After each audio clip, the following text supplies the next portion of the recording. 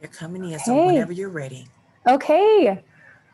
Hello, happy Friday. Thank you so much for coming and for being here today. I'm so excited to decorate a red velvet cake with you. It looks like some people are still trickling in. So while that happens, I will just give you a little brief intro and background, and then we'll dive right into our red velvet cake class today. So I've been a lifelong hobbyist in the kitchen. I've grown up, in the kitchen counter, watching my mom bake all the things. I followed in her footsteps and developed a love for all things baking. And after 3 years of running a little bakery out of my home, actually this exact day, 12 years ago, I opened up a bakery called the Sweet Tooth Fairy. And a lot has happened since then, and we have several locations here throughout Utah. But my love for and passion for all things baking and decorating and celebrating hasn't changed throughout the years. And I'm so excited to have the opportunity to have partnered with American Crafts and bring you guys some awesome food crafting products that are available at your local Michael's. So if you haven't had a chance yet to go into your local Michael's and browse the baking section and browse the aisles, keep your eyes peeled for Sweet Tooth Fairy products that we have there. We have meltables, which we'll talk about later in the class. We have sprinkles, we have cake mix and cookie mixes, and just so many fun things that will allow you guys to have a fun and delicious time in the kitchen. So today we are going to talk about, and I'm going to teach you some tips and tricks for doing a red velvet cake.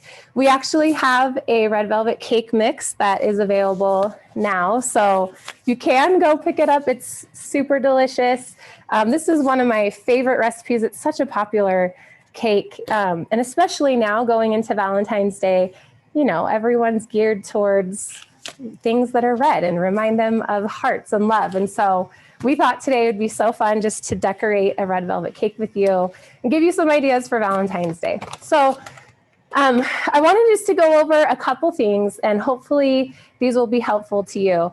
I have to say, even though I own bakeries, I still consider myself just like an at-home baker. I still just consider myself a hobbyist, someone who loves to create in the kitchen. And so the stuff that I'm going to show you today are things that I have just done throughout the years. I do them in a professional and commercial application at my bakeries, but I also do them at home because I have 6 little kids, and some of our favorite memories and activities that we do together are in the kitchen making things. So first things first, one tip that I think is really important and really helpful is to bake your cakes ahead of time. Now, we all live crazy busy lives, right? With school and work and family and friends and, just all the things. So maybe you don't have all the time in the world on a single day to dedicate to doing one full cake. Well, this is a tip that is so great, because if you know that, okay, maybe it's your child's birthday coming up, or your friend just got a promotion, or it's Valentine's Day, and you have time to prepare ahead of time. So you can bake your cakes. You can do it weeks in advance as long as you keep them airtight. So you can see I've just wrapped mine with some plastic, like cling wrap that is. And then you can store it in your freezer for weeks, for days. You can do it even for like up to a month. Again, as long as it stays airtight and it's sealed. Then when you have time to kind of relax and decorate and have more of an artistic experience, then you can just take it out and you can start to assemble, which is what we're going to do today. The other reason why I love baking the cakes ahead of time and storing them frozen is when you're working with them, they are like, the structure of them is just, it's just stronger. It's not as fragile. Some recipes, you know, the batter or the cake is actually kind of light and fluffy. If you're working with a cake, even if it's light and fluffy, but it's frozen, you just have less risk, I would say, at like tearing the cake or breaking off parts of it while you're frosting it and decorating it. So I'm going to start. And what I have here is a cardboard cake round. And I always like to put this on the bottom of any cake that I do. And then I put the cake onto a separate, you know, cake stand or another decorative cake round, which is what we're going to do later today. One other thing to note is we also have available at Michael's some buttercream frosting. So you can pick these up at your local store. Oops, let's see. There, oh, here we go. Trying to get you a good shot of the front. So they're there for you to grab, or if you love to make your own frosting, which I am also a big fan of, then that's great. But what you're gonna wanna do is grab some type of frosting, and just with an icing spatula, you're just gonna put a little dollop onto the cake round. And essentially what you're doing now is you're creating a giant glue dot. We're Michael's fans. We know what glue dots are, right? We're making a giant glue dot so that our cake round will adhere to the cardboard cake circle. And now I'm just taking my cake round out of the plastic wrap. And I'm going. Cindy, while you're doing that, I have a question for you. Cindy Yes. wants to know if you are leveling the cakes before you wrap them. Yes. So I did in this instance. However, you don't have to do it that way. Because again, if the cake is frozen, then if you, I mean, it's so frozen that you could turn it on its side and, you know, level it this way with your knife, because you're not going to crush the cake because it's not like spongy at that time because it's still frozen. You can obviously still do it like the traditional way. And it's just, the cake's just like tougher. So again, you lessen your risk of, you know how sometimes when you're leveling a cake, like the sides will like peel off, or maybe if it's stuck like a little bit to the parchment or not to the parchment, to the pan, then like there's a little divot that's come out of it. You just, when it's frozen, again, you just kind of have more leeway. So you don't have to level it. I had just done so. And one trick that I do with leveling it is I'll just leave my cake in the pan, and I take a big long knife that's longer than the cake. And then I just make sure that, let's pretend this is a very long knife and then it's flat and that this cake is still in the pan. You can essentially use the sides of the pan as your marker for leveling it. So then you just kind of shimmy it across the top. And that is also a technique you can use to level it before you've frozen it. So don't have to do it when it's not frozen, but you can. So I hope that was helpful.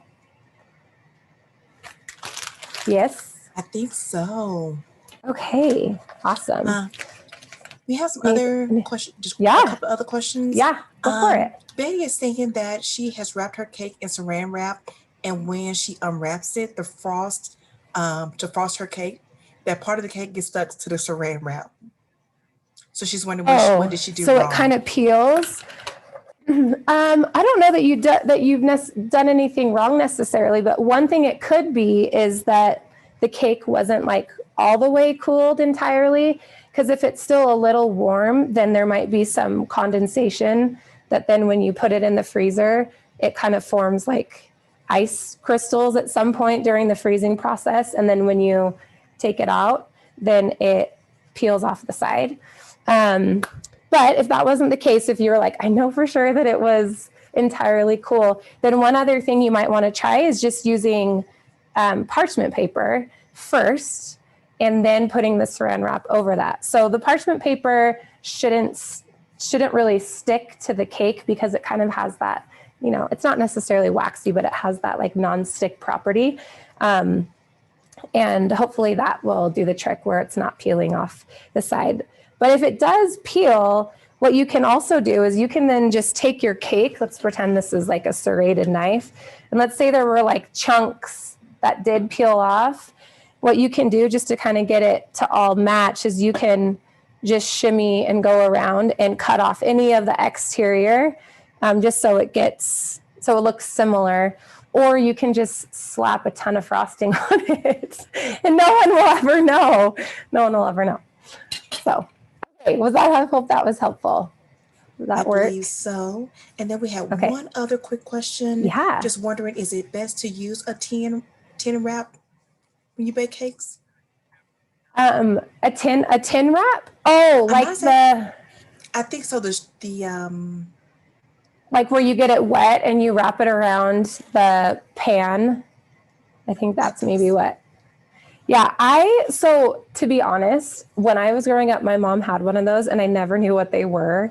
And so I've never used one of those. But I'm not saying that they don't work and they're not helpful. I just don't have a ton of experience with them. So I think one thing that, you know, sometimes what I do if I want to make sure that my cake is level and flat, like I'll over scoop the batter into the pan. So I know going into it, like I'm for sure going to be leveling this. And so you know ahead of time, like I scooped plenty in, or maybe you made the batch like a 1.5 times batch, or you doubled it. So that when you know you're leveling it, you're like, okay, it's going to be tall enough. And then you can use the scraps. You'll have kind of more like significant amount of scraps. You can use those for like for cake pops and, you know, other little like ice cream toppings and stuff like that. So does that help? I hope. Hope so as well. As you were talking, I had a couple other questions that came through. Yes, please. When freezing with the plastic saran wrap, does it give it the freezer taste to it? No. So as long as you do a good wrap job and make sure that there's no holes that are exposing the cake to the air in the freezer, you should be totally fine. But if you're feeling like hypersensitive because you've been traumatized by the freezer taste before in your life, which we all have, you can wrap it and then put it either in like a big, you know, they have like the 2-gallon Ziploc bags, or even in like a Tupperware that you have. So you're just like double protecting the cake. So hopefully that prevents it from the freezer Wonderful. taste. And the last quick question is, how many packages of your red velvet did you use? So, well, that's kind of a trick question. Just because, so this will make 2 8-inch cake rounds. Okay. And they'll be, you know, on average, like the 2-inch, which is the average pan height, I would say. If you do 9-inch pans, they'll be a little bit thinner. When doing this, I actually doubled it because I had to make extra cake, just so we can swap out cakes here for the sake of time. But if you did let's say you're just doing 1 cake, but maybe you're using 3-inch cake pans, or you were like hypersensitive about making sure your cake was level and you doubled it, you can just use the extra batter and scoop off some cupcakes, and then you can store those in the freezer for another time. But yeah, the cake mix will make 2 8-inch or 2 9-inch, just depending upon your thickness. So, we good? We're good. Thank you. Okay. Thanks, Alicia. Okay. So the bottom layer is glued to our cake board. Now this is actually a cream cheese frosting. And because it's red velvet, I just wanted to kind of stay true to the classic Southern recipe. And this is also, I failed to mention how wonderful cake turners are. So all I'm doing is squeezing and like applying pressure as I turn the cake on the cake turner. And you don't have to use a pastry bag. You can just, take your frosting out of a bowl or out of a tub and and plop it in there and, you know, spread it around. But I'm just going to level the frosting here. So it's like a nice, oops, my hand's slipping around a little bit. So it's kind of nice and level. And then all I'm going to do is take my other cake round and plop it on top. Now you're going to see I'm actually going to put the side that I have leveled down just to make sure that my top is like super, super flat. Okay.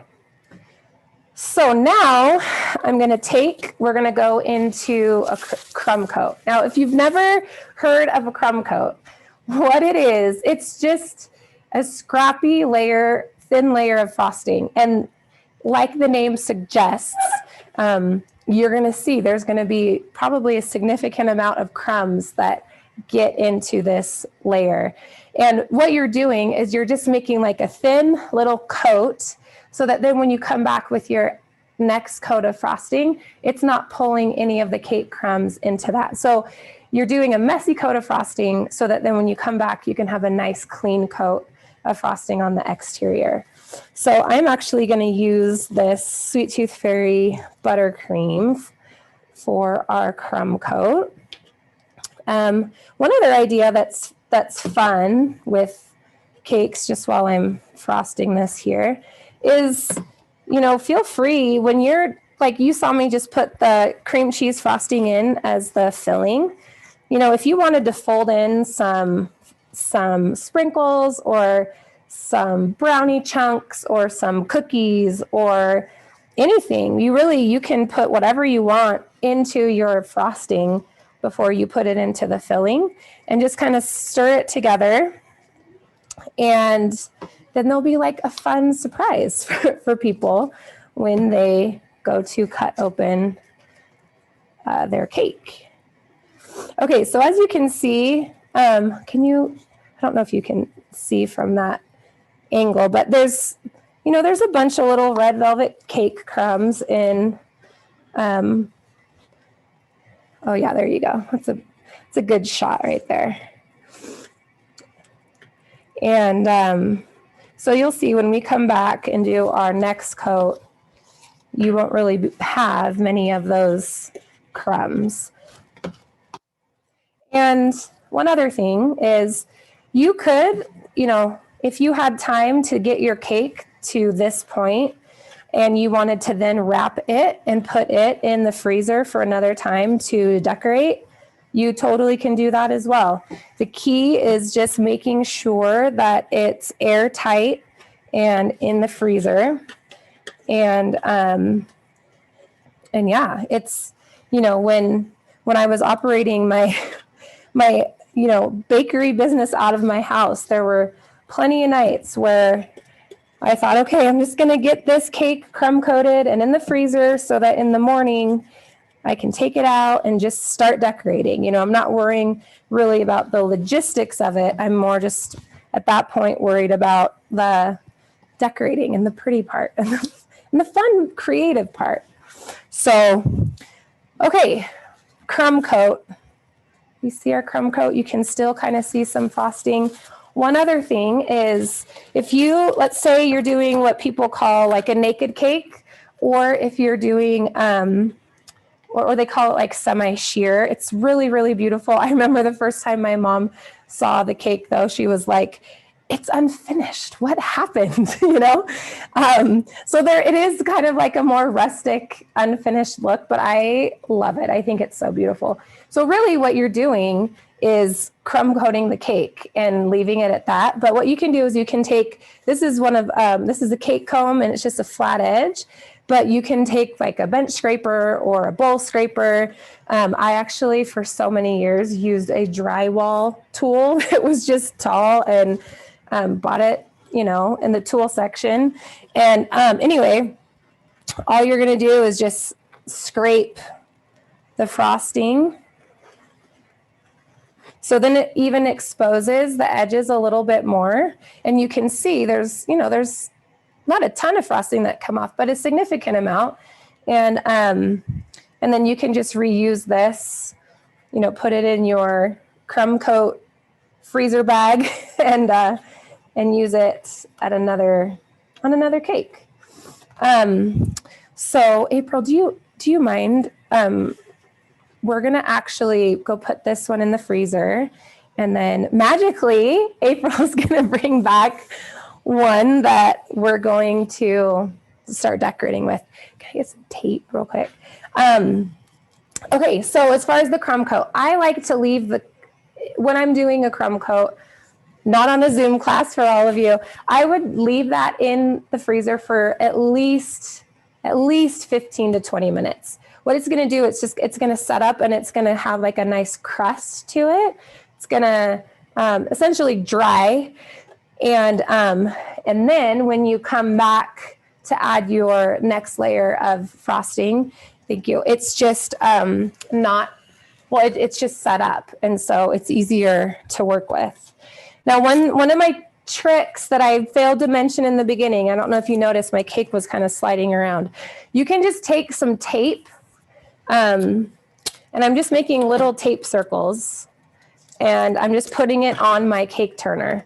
Now, if you have like a Silpat or a silicone mat, I would recommend doing your cake on there, because it doesn't really slide around. And sometimes, you know, your cakes are heavy, especially if you're adding some fun filling, if you're adding a bunch of frosting, so it will easily slide on top of your cake turner. So we're just doing a little makeshift. Okay, awesome, thank you. Oh yeah, not quite actually. Thank you. Okay, so here's our cake that magically has been setting up for at least 15 minutes. And actually, I am gonna grab one thing. Thank you, yeah. So this is a cardboard cake round that is just a little bit bigger than the cake. So I'm still gonna frost the cake just directly on the cake stand, but you'll notice here in a few minutes, I'm gonna move my cake onto this, and then we'll finish decorating it on that cardboard cake circle. And I will show you why here in a bit. Okay, so I've got this pink frosting. Actually, let's see one moment, please. Any questions while I'm opening these? Anyone? We do have a question. When you were piping or adding the frosting, it was asked, how do you keep the frosting from popping out of the top? So I don't know if you turn. I see. Okay. Like, okay. So what you do is, here, I'll show you.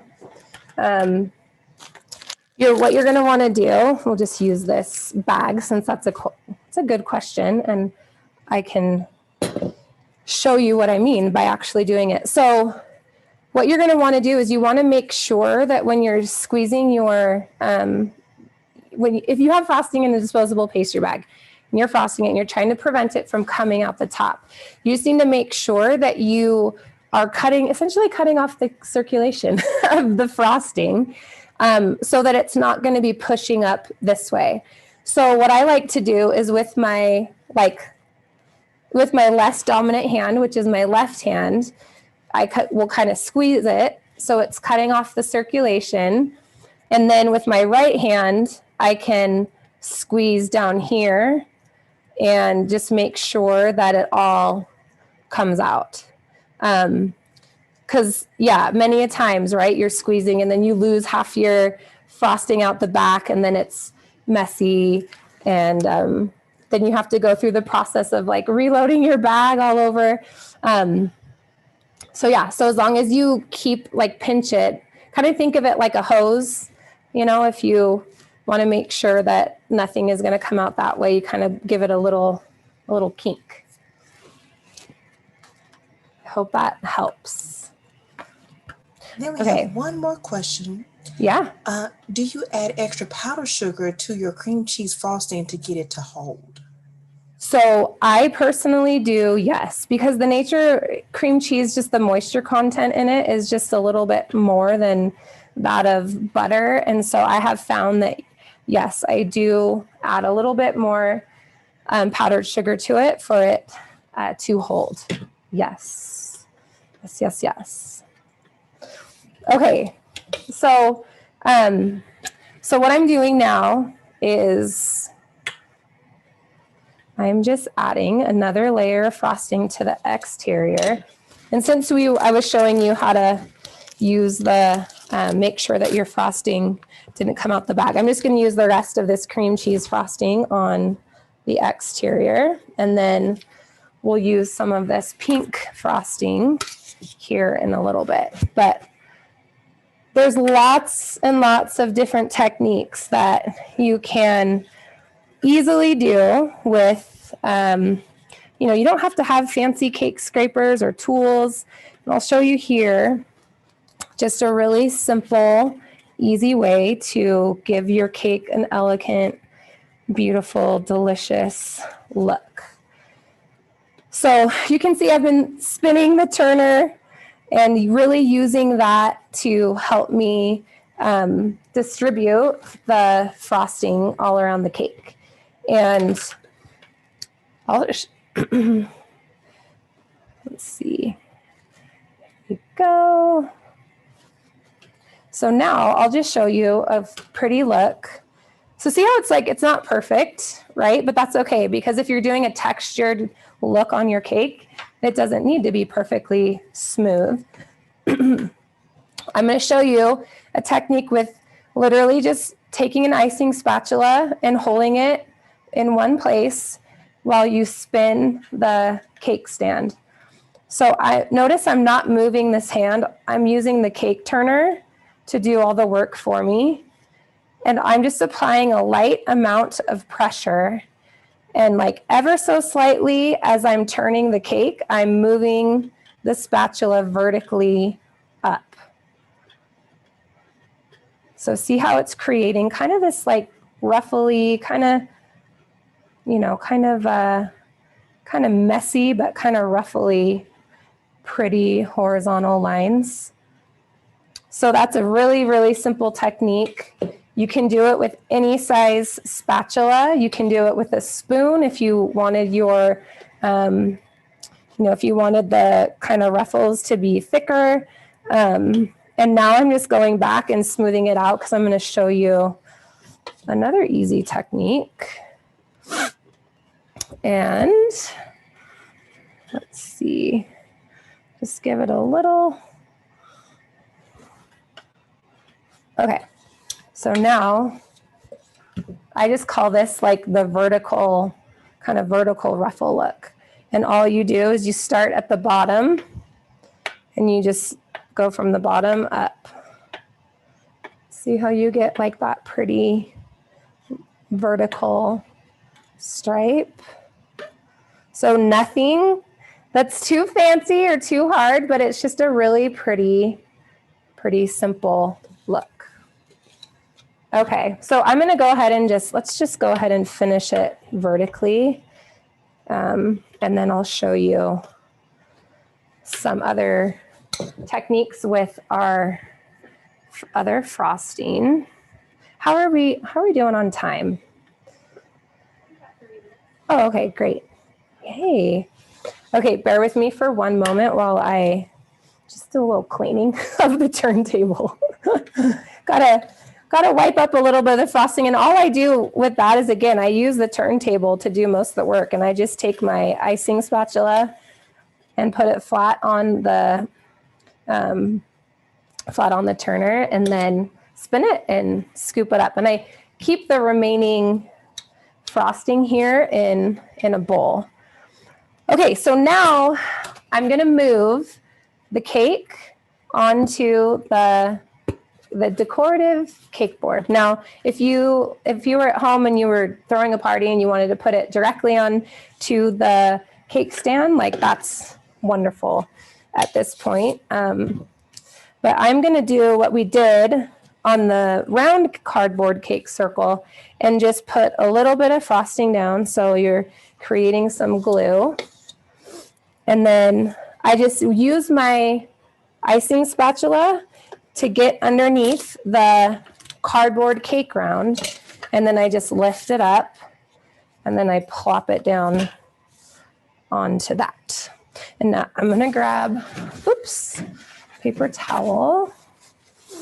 Okay, any questions at this point? No? Cruising along okay? Okay, awesome. Okay, so now I'm going to put my cake back on here. And I will just point one thing out. So see how, so if I had more time, or if I was doing this not in this application, I would probably actually do my crumb coat, one more coat, and then a third coat. Because see how you can see some of the cake poking through? Personally, I am partial to that if it's like a sheer naked cake look. But I don't love when I see like one of my finished cakes and I'm like, oh no, there's a little cake poking through, unless it's intentional, and most of the cake doesn't have a ton of frosting on it. But for time's sake, we're just gonna stay the course and move ahead, because I think our friends here at American Crafts are the ones who are going to be eating this, and I don't think they're going to care if a little bit of cake is poking through. So, okay. So we have a bowl where we have some frosting. I'm actually going to mix some of the white frosting and the pink frosting together to make a little bit of a lighter pink. And that's one of the things I love about, you know, the pre-done frosting is that I love color, but color takes time, you know, especially if you're doing more than one color. It takes a minute to, you know, get your shade right and do multiple colors. So it's really convenient to have some of the colors already done. And especially just having white available, you can just add in, you know, whatever color you want and make it a touch lighter, especially if you're doing an ombre cake. That's the way that I will lighten my frosting, is start with dark and then just keep adding white and keep adding more white as I add my color variation. So anyway, I just added some white just to kind of soften that up. And I'm going to grab a pastry bag and just going to load, oops, let me do it this way so I'm not blocking what I'm doing. I'm just going to take a rubber spatula and I'm going to scoop it into a disposable pastry bag. And again, you don't have to use a pastry bag if you want to just take your frosting and put it directly onto the cake with a spatula. But if you're doing anything that needs some kind of precision, then this is a good way to do it. So what I'm going to do, we're just making this up as we go. That's what's so fun about this. Excuse me. I'm going to add just a little bit of pink down here along the bottom, and kind of, I'll go back and use my spatula to kind of mimic the vertical lines that we have. And then what we'll do is we'll take some of the meltables that we talked about a little bit in the beginning, and I'm going to show you some really fun techniques that are so simple, so easy, that you can do that will make really elevate your cake. So all I did was just like a little squiggliness. And if at this point you're like, oh, that's so cute, that's so fun, grab some of your favorite sprinkles. Okay, look how fun. These are all available at Michael's. Or maybe not, or maybe they sold out. Like I tried to go get some more and they weren't there. I was day late and a dollar short, but that's fine. And then you can just, if you want to just add a simple little border, take some sprinkles, put them along the side. One technique here are people who are obsessive about holding on to their sprinkles, which is this girl, me. You can put your cake stand on, this is just a pan, and you have some, what's it called, some parchment paper in there. And then when you do this, if the sprinkles fall, then you don't lose them on the ground. They just fall into on your parchment paper in your pan, and then you can easily fold the paper in half and scoop them in to wherever you're storing them. So that's just one little simple thing. You can take, like we did with our vertical ruffles. Okay, so we have that look. Maybe you want to take the pink up the side a little bit, which is also pretty, right? Can do that kind of look. You can also take, let's see if I can do it. This might be a little awkward for me because I'm trying to do it so you can see what I'm doing. But what I was going to say was, instead of going up with it, you can kind of do, let's see, we'll go right here. Kind of do some more like S motions, and just get a little, it's just a little bit of a different application, but kind of more of a messy, watercolory kind of look. So again, those are just different things you can do super simple with an icing spatula. I am going to go ahead and continue to put the sprinkles around the bottom because I have a problem. I'm obsessed with sprinkles. I mean, I might put them on toast. I'm just saying that may have happened before. My kids may love it. Okay. So fun, right? Just a few little different ideas. Okay, but now we're going to shift gears a little bit, and I'm going to show you some fun things to do with the meltables that are so easy, and again, will really elevate your cake decorating. So I'm going to scoop these in. What I'm going to do is okay, so real quick, let me just go back to these for 2 seconds. If you've ever worked with candy wafers before, and again, as a lifelong hobbyist, I have worked with them for all the years, and I'm extremely partial to these ones. Not just because, you know, they're Sweet Tooth Fairy, but honestly, if you've worked with them, if you've worked with candy wafers before, you know that there's something really special if you get the snap. If there's like this perfect snap to the little wafer, then you're like, okay, this is a good one. These ones are good. The other thing is, like, these, when you work with them, they melt so easily and they're so smooth. And they're so good. These are so good. These ones are actually red velvet flavored, and red velvet is like a light cocoa flavor. I kind of joke. I'm like, it's kind of a fake flavor because red doesn't really taste like anything, but traditionally red velvet does have cocoa in it. But anyway, Michael's has a bunch of the meltables in all different colors. We have different flavors that are available. So go get some. They're awesome. I'm going to show you. I'm just going to step over here real quick. And what I've done is I've just got, one escaped. I put some in a disposable pastry bag. And all I'm going to do is put this inside of the microwave. And I'm just, excuse me, I'm actually going to melt it at like 30 seconds initially and just check it. The directions say to go for 1 minute, but I like to err on the side of not ruining them like out the gate. And if you do microwave them too long, or if they get too heated up, they will like seize, they'll burn, and they'll kind of seize up. But you can just add a little bit of oil if that does happen, and then they'll get smooth again.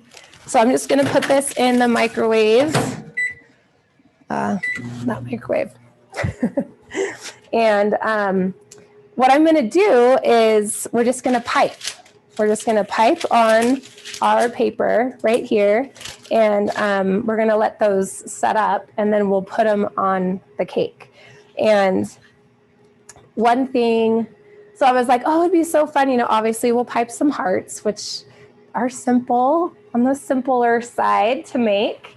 But one thing I thought was, you know, it'd be so fun to write like the word love, or let's say you're making cupcakes and you wanted to personalize each cupcake. You could super easily just do like, you know, like my son, his name's Jack. You could do a J and then let it set up and put the J on Jack's cupcake and just so on and so forth. So, okay, so 30 seconds is really all that took here in the disposable pastry bag. Everyone's microwave's different. And so again, I would just err on the side of microwaving them less and checking on them more frequently. Kind of like cookies, you know, if I'm following a recipe and it says to bake them for this long, I always take it a few minutes before just to make sure I don't over bake them. Same philosophy here. Okay, so here we have our melted red velvet meltables, and I'm just put them in the disposable pastry bag. I'm just gonna snip the pastry bag at the end, just like ever so slightly. And then I'm just gonna start piping hearts. Then I'm gonna do them a bunch of different sizes. Just, you can freehand. If you weren't feeling confident in your heart making, you know, abilities, which no judgment here, you can also just print some clip art off online that has a bunch of different hearts, a bunch of different sizes. Even if you're like, if there's a certain font that you like and you wanted to write the word love, or you wanted to do initials, then you can just trace it. That's what's so fun about the meltables. They're so easy to use. So see, I'm just zoning out, coloring, basically coloring with edible deliciousness, which is so fun. Okay, and then you just take some sprinkles and add them on. We'll do a few more because why not? And again, there's a bunch of different colors that are available at Michael's. So we have red and we have white meltables, and those would also be really fun to add to the Valentine's theme. Let's see. Okay. Now I'm going to nuke it for just a couple, probably like 5 or 6 seconds more, because if it does set up in here, I don't know if you noticed, but I kind of had to I put the disposable pastry bag onto the side and kind of like squoze out a little bit of chocolate or of the meltables that I kind of set up and hardened a little bit. So you can just, if it gets to that point where it's a little bit thicker, you just put it back into the microwave for just a few seconds. You don't need much at all. And then you just kind of give it a little massage again, and it'll freshen right up. Let's see. Okay. I'm gonna oops. Okay, so there we go. So there's some more hearts. Let's do a word. Let's do love. Right? And if you're doing a word or like an initial, let's see, my advice would be you kind of want to do it a little bit thicker, because as you peel the meltable away from the parchment paper, you just want to make sure that it has enough like oomph to it that it can like, that you're not just going to break it on its own. So let's see, let's do a J for my little Jack. I'll do it for my boys. So I have a J, and then I have a D. So we'll give those a go. And April, do you mind throwing these in the not the microwave, definitely not the microwave, in the fridge. So I would just go thank you, dear. I would put the meltables in the fridge and let them set up. Honestly, they only need a few minutes. They can stay in the fridge for a long time, but like in this instance, they really only need a couple minutes to set up. And then you'll see that we can really, really easily place them onto the cake. So at this point, while those are setting up for just a couple minutes, does anyone have any questions about the cake or the process or the meltables?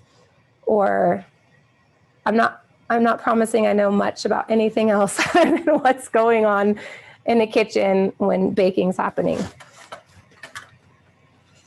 Anything? I don't have anything else. April has been doing a good job of answering some of the other questions. Awesome.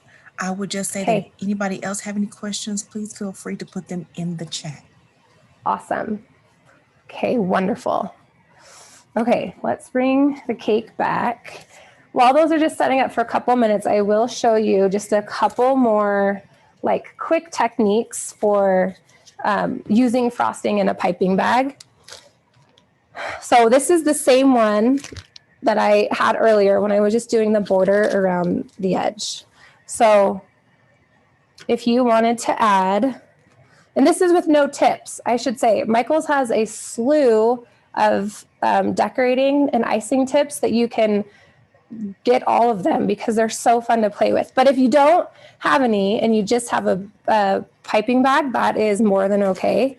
I'll do some more just some options around here and okay, I'm trying to get the angle right. So if you just apply kind of like an equal amount of pressure and just, we can do little polka dots. So that's something super simple. Then one of our fun, this is like our little sprinkle tackle box. They have these darling pastel colored hearts, which for me, it was so fun. I said, we got to do something that's like the color of conversation hearts, because what other candy is just like screams Valentine's Day than conversation hearts. So you can just place them in the center. And like how fun if you had actual conversation hearts, to put those around the base or put them on the top. Just a fun little idea. Let's see. So again, nothing should be intimidating to you, friends, in this regard. I promise you can do it. I promise. And if you try and it doesn't work out, you can just, scrape your frosting down and give it another try.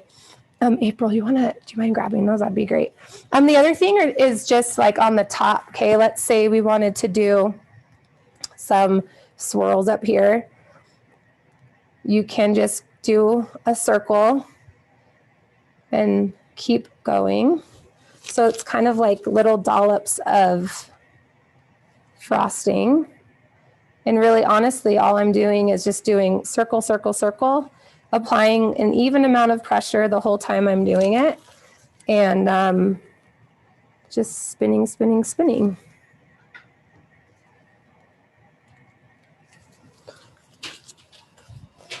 And then again, there's just so many fun, thank you, so many fun options. Just add whatever your heart desires on top.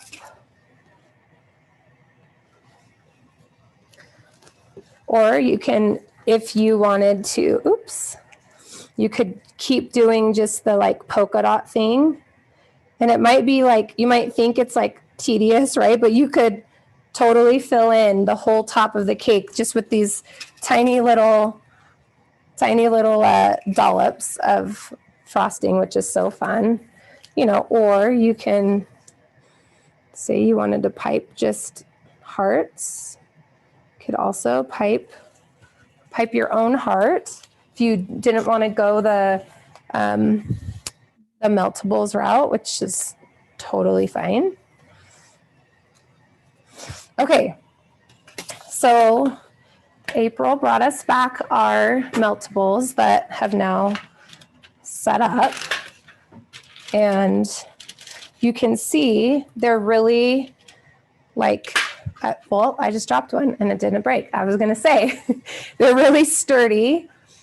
They're great little accents, easy ways to add a little bit of flair, a little bit of personalization to any cake. So let's see, let's pick, where should we put? Well, I should do it so you guys can see it. But there we go. So can do that.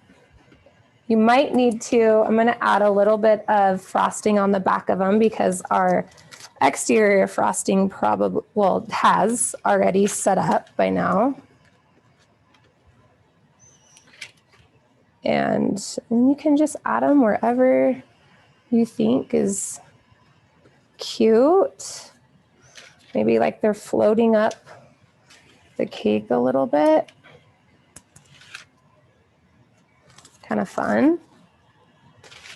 And then, so here's the D. Let's pretend for my little Dunkin', if we had a cupcake, we could put that on the top of it. Or even if you're like, I'll just put it on his plate at our Valentine's dinner. You can just put, you know, a little treat on his, whoever's plate. If you wanted to add, let's see, the word love. So I'm actually going to add a little bit more frosting into a bag here, just because with the words, you want to make sure that you have, well, with the shape sometimes too, you want to make sure that it has something to like rest on, because you don't want to jam it down into the cake because it might not survive the jam sesh into the cake. So I'm going to just add a little kind of like, I don't know what you would call it, like a little, kind of like a little footing, a little border almost, so that I can essentially rest it. Let's see. I can rest it up against. So let's do, I'm going to just go like this.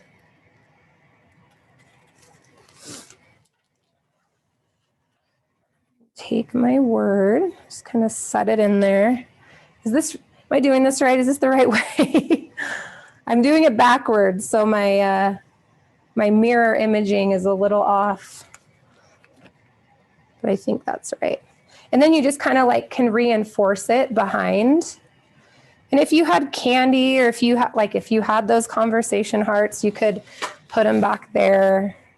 If you wanted to decorate the little footing some, you know, add some sprinkles. So fun. One thing I love to do too with all these different sprinkles is they're so cute in their own individual mix, but like if you mix the mixes, it's even more fun in my opinion. So anyway, so you can see, you can just really easily let your imagination and your creativity fly with decorating a cake. It doesn't take, like, I don't want you to be intimidated. I want you to feel confident in the kitchen and know that there for sure there are tools and there are things that you can buy absolutely to help you in your cake making journey. But it's not anything that's like ridiculously expensive. Some of the stuff you've probably already purchased from Michael's and have in your drawer, in your pantry, in your kitchen anyway. And so you can see, you know, sometimes when we're looking at Pinterest or on the websites or on Instagram, you see these cakes that are just so elaborate and over the top, and you're like, oh my word, you know, how do they do that? Or I could never do that. But I promise you can. I promise you can. You just got to give it a try and get some of the right tools and, you know, sweet little resources that Michael's has available, and just give it a go. So I think we should cut into this and give it a try. Unless anyone has any questions at this point. Yes, no, nothing? Everybody is loving the cake. Oh, good. That's so fun. I wish I could share it with you all. I really do. Let's see. So, oops. We'll just put a little. So here's our yummy cake. We're gonna give it a try. And it's the perfect lunchtime, afternoon break treat. And Megan, just one little quick question that I missed. Sandy wanted to know, how long does the sprinkles last? Oh, well, a long time. So each of the sprinkles should have like an expiration date on the back. They're just essentially sugar, which is like a preservative, you know? So I would just double check the back of your bag, but honestly, like at least a year for sure, at least a year. Yeah, I've kept sprinkles for a long time, and I've honestly never had a problem with them like going rancid or like losing any of the integrity of their shape or anything. So. And then another quick question is, now that it's all decorated, what's the best way to store it? Ooh, okay. So you could actually, like you could store, so airtight. Airtight is like my keyword when it comes to treats. If you're baking ahead or freezing anything that's airtight, you can get domes, right? That you can like clip into place. You can, the other thing is like, if you, let's say you did your base cake ahead of time, you crumb coated it, you did your initial round of frosting, and you could store that. You just take saran wrap, you wrap it around and you can put that whole thing into the freezer. And again, that can store for days, weeks, month at least. So again, if you know ahead of time that you have something coming up, get it to that point, right? And then just allot yourself, you know, an hour. If you're like, okay, my party's tonight, I baked it ahead, it's been in the freezer for 3 days, I'm taking it out today and I'm going to decorate it today. And then at that point, you can actually just leave it out at room temperature, because unless it has like egg whites or something, and if you did your own frosting at home, but buttercream frosting has so much sugar in it, and that's a preserve essentially. So it'll be fine out at room temperature. Or you could put like a bag around it, anything to kind of protect it from the air. But yeah, hope that's helpful. I think so.